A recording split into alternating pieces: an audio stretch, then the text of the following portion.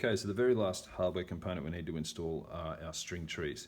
Now, string trees, if you're not familiar, they look like this and have a small barrel that sits underneath just to give them enough height to clear the strings. And they sit on your 4 highest pitch strings, so like so, between the D and G and B and E. And obviously the higher barrel is for the G and D strings. Now they just sit in the middle like that, and what that will do will increase the break angle of those strings over the nut, and that'll just stop the strings rattling about in the nut.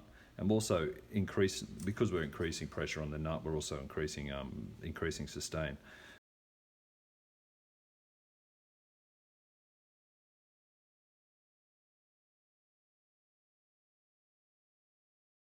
Just line these up by eye.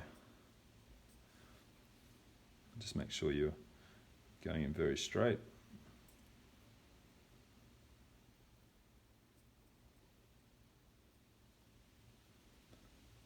And then mark your indentation like so.